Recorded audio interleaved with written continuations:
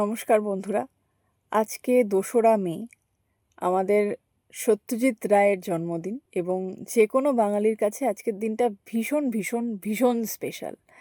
সত্যজিৎ রায় তো শুধু আমাদের জন্য একজন লেখক বা চলচ্চিত্রকার নন, তার সাথে আমাদের শৈশব থেকে শুরু করে বড় হয়ে ওঠা সব কিছু জড়িয়ে আছে। এবং যারা আমরা 90s বা 80s-এর ছেলেমেয়ে, তাদের তো ব্যাপারই আলাদা। তো আমার এখনো মনে আছে, আমার যখন ক্লাস 3 বা 4, তখন ওই প্রথম আমার সত্যজিৎ রায়ের লেখার সাথে পরিচিতি আর কি। আমি কলেজ স্ট্রিট গেছিলাম বাবার সাথে, মানে বাবার থেকে আমি ওই পাহাড়ে ফেলুদা বইটা কিনেছিলাম প্রথম। বইটা বাড়িতে নিয়ে আসার পর থেকে সেই যে পড়তে শুরু করলাম, দিন নেই রাত নেই সারাক্ষণ ধরে সেই বই পড়ছি, মানে গিলছি একেবারে যাকে বলে। খেতে বসছি পাশে নিয়ে, পারলে বাথরুমেও নিয়ে যাই, এরকম অবস্থা। তো সেই হচ্ছে শুরু সত্যজিৎ রায়ের সাথে পরিচয়।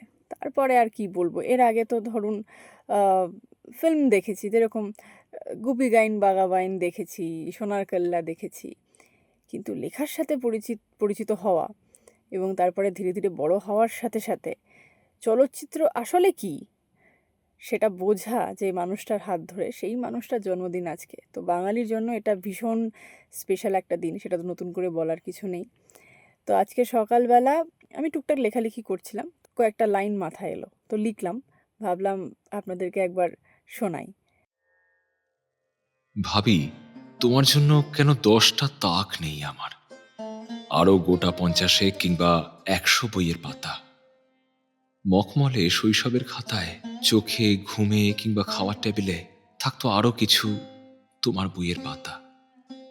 মায়ের বাধ্য ছেলেটা কি ভীষণ অবাধ্য, কারণ সে যে ডুবেছিল তোমার বইয়ের পাতায়। খেতে যেতে দেরি করেছিল, স্নানে যেতে দেরি করেছিল, পরীক্ষার আগের বিকেলে খাতার ভাঁজে তোমার বইয়ের পাতা। দাদা নেই মেয়েটার, তবু ছোট্ট মেয়েটার এক ভীষণ বুদ্ধিমান দাদা, সেও যে তোমার বইয়ের পাতা।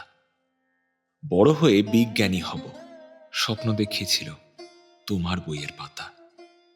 আমৃত্যু আমার বইয়ের দুতাক কেবল তোমার বইয়ের পাতা।